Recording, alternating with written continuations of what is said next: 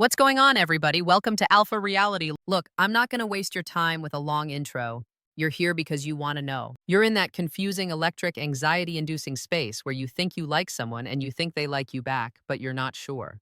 You're looking for a sign, something undeniable. The problem is, most advice is basic. Do they smile at you? Do they text you back? That's not good enough. That's kid stuff. Today, we are throwing that out. We're going deep into the psychology of mutual attraction. These aren't just signs. These are four psychological events that happen, often unconsciously, when two people are genuinely and mutually falling for each other.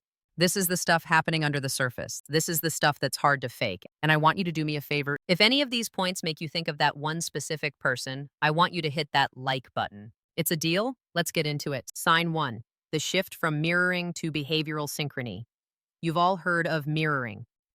It's the most entry-level body language advice on the planet.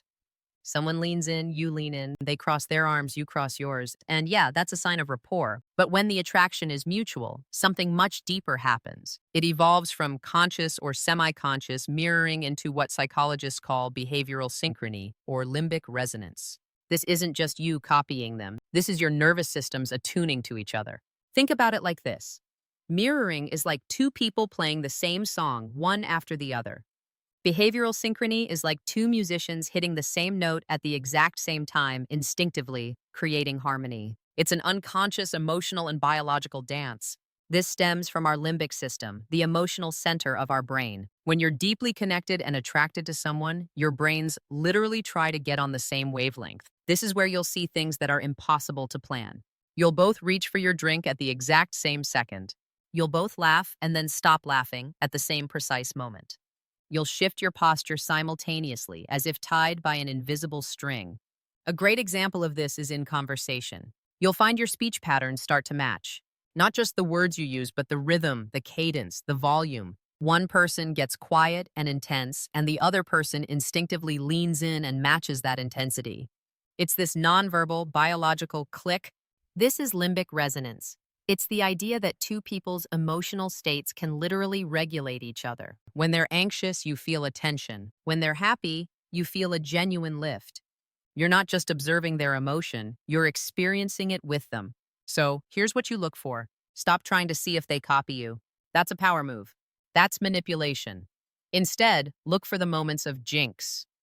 Look for the moments you both move at the same time. Look for the feeling that your energies are in sync. When you're talking, does it feel like a tennis match or does it feel like a dance?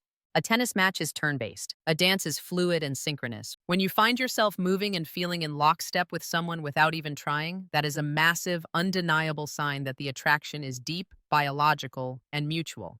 It's your bodies saying, "we match," before your brains have even caught up. Sign 2. The reciprocity loop of liking. This one is the engine of mutual attraction. It's a psychological principle called reciprocal liking, and it's so powerful it's almost a cheat code. The principle is this. We are not just attracted to people we find attractive, we are overwhelmingly attracted to people who we believe are attracted to us. When this becomes mutual, it creates a powerful, escalating feedback loop. It goes like this. Step 1. You show a small sign of interest, a compliment, extra eye contact. Step 2. The other person perceives this sign. Step 3. Because they perceive you like them, it's a massive validation. It boosts their self-esteem, it makes them feel good, and they associate you with that good feeling. Step 4. This validation high makes them see you as more attractive, and they begin to genuinely like you more. Step 5. They then send a signal of interest back to you. Step 6. You perceive their sign, it validates you, and boom, the loop is active. This is why a maybe from someone you find extremely attractive can be less powerful than a hell yes from someone you were initially only kind of interested in. The certainty of their liking is incredibly magnetic. When this attraction is mutual, this loop starts to spin fast. It's the difference between a cold interaction and a hot one. A cold interaction is full of doubt. Do they like me? I can't tell. You're nervous, you hold back. A hot interaction, a mutual one, is full of reciprocated energy. Every small signal you send out gets sent back, often amplified. You'll text them, and they'll text back right away, not with a one-word answer, but with a question that keeps the loop going. You'll compliment their shirt, and they'll respond not just with thanks, but with thanks. I was just thinking how you have a really great eye for style. They are returning the energy. This loop is where the spark comes from. The spark isn't some mystical force. It's the tangible feeling of escalating, reciprocal positive feedback. It's addictive. So the sign isn't just, they like me. The sign is the acceleration. Does the energy you put out die, or does it come back to you faster and stronger? Are your compliments met with awkward silence, or are they met with enthusiasm and a returned compliment? Are you the only one asking questions, or are they just as curious about you as you are about them? If you feel like you're in this energizing, escalating feedback loop, that is an undeniable sign. You're not just liking a person, you're both actively building the attraction together. By the way, if this is making sense and you're seeing how this is so much deeper than just eye contact, do me a favor and smash that subscribe button. We're not even halfway done, and I promise you the next two signs are the ones that separate crushes from real potential. Stick around. All right, let's get back into it. You've learned to look past simple mirroring and see the synchrony. You've learned to identify the reciprocity loop. You're already way ahead of the game. But the next two signs, these are the ones that really seal the deal. These are the signs that show you're moving from attraction to connection. And the third sign is the one that terrifies most people, which is exactly why it's so powerful. Sign 3, the initiation of the vulnerability loop. This is the big one, guys. Pay attention. Most attraction stays shallow. It stays in the banter phase, the teasing phase. It's fun, it's flirty, but it's not real. Mutual deepening attraction is different. It has to go deeper. And the way it does that is through something called the vulnerability loop. This concept comes from research on how trust is built. It's a very specific 5-step process. Person A sends a signal of vulnerability. Person B detects that signal. Person B responds by signaling their own vulnerability. Person A detects that signal. A norm is established. We are a safe space for each other. Closeness and trust skyrocket. Now let's be clear. Vulnerability does not mean trauma dumping. It does not mean on the second date you tell them about your darkest childhood secrets. That's not vulnerability, that's emotional baggage. In the context of mutual attraction, vulnerability is the act of lowering your social shield. It's a calculated risk. It's the shift from, how about this weather, to I'm always a little awkward at these big parties, to be honest. It's the shift from, what's your major, to, I'm honestly not sure if I picked the right career path. It's kind of stressing me out. It's admitting you're nervous. It's sharing a slightly embarrassing story. It's giving an opinion that might be unpopular. It's being imperfect on purpose. When the attraction is one-sided, the other person will either ignore this, change the subject, or give a polite, non-committal answer. They won't match your vulnerability. The loop breaks. But when the attraction is mutual, your signal of vulnerability is a gift to the other person. It gives them permission to lower their own shield. And they will. You say, I'm always a little awkward at these parties. They won't say, oh, that's too bad. They will say, me too, I almost didn't come. I've been hiding in this corner for 10 minutes. Boom. Loop closed. Trust built. Attraction deepens. You are both non-verbally saying, I see you.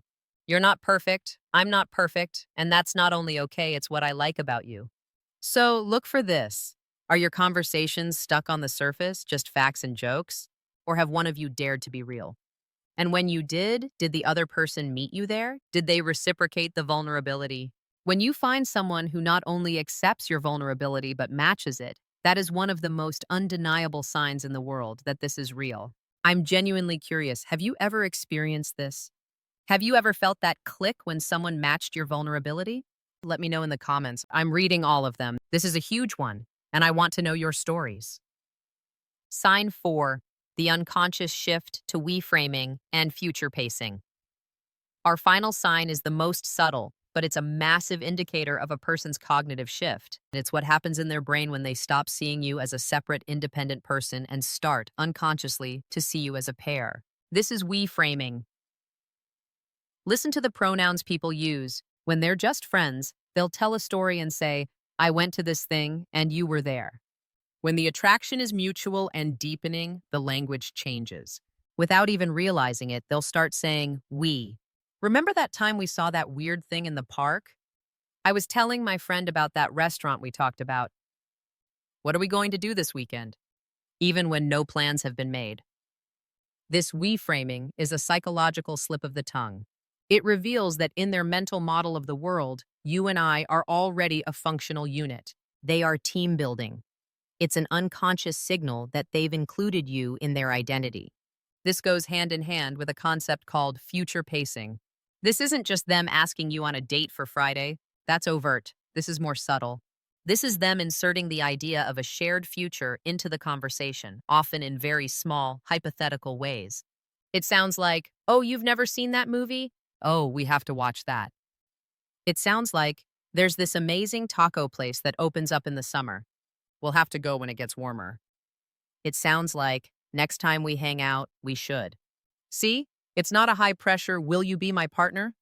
It's a low stakes, casual projection of a shared future. They are planting a flag. They are making a soft plan. They are testing the waters to see if you're on board with the idea of a we that extends beyond this exact moment. When the attraction is mutual, you'll not only hear this, you'll do it back.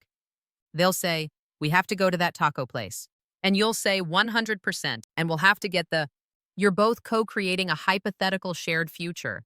This is the mind's way of trying on the relationship for size. When this starts happening constantly, when your conversations are peppered with we and us and next time, it's not a fantasy. It's the final, undeniable sign. It's the brain's way of saying, I'm in. I'm planning for this. I see a we. So there you have it. We're not talking about simple smiling. We're talking about behavioral synchrony, that deep biological tuning. We're not talking about just liking someone. We're talking about the reciprocity loop, that escalating engine of mutual validation. We're not talking about just sharing secrets. We're talking about the vulnerability loop, the step-by-step building of real trust. And we're not talking about just making plans. We're talking about the cognitive shift to we framing and future pacing. These are the 4 pillars. And the truth is, when it's real, you won't just see one of these. You'll see all 4, all working together, creating a powerful, undeniable connection that you can't escape. You came here looking for an answer. Stop looking for tiny clues and start looking for this evidence. The evidence is in the synchrony, the reciprocity, the vulnerability, and the we. Thank you for spending this time with me. If this was valuable, you know what to do. Like, subscribe, and share this with someone who needs to see it. My name is Host Name. This is Lila Brain, and I'll see you in the next one.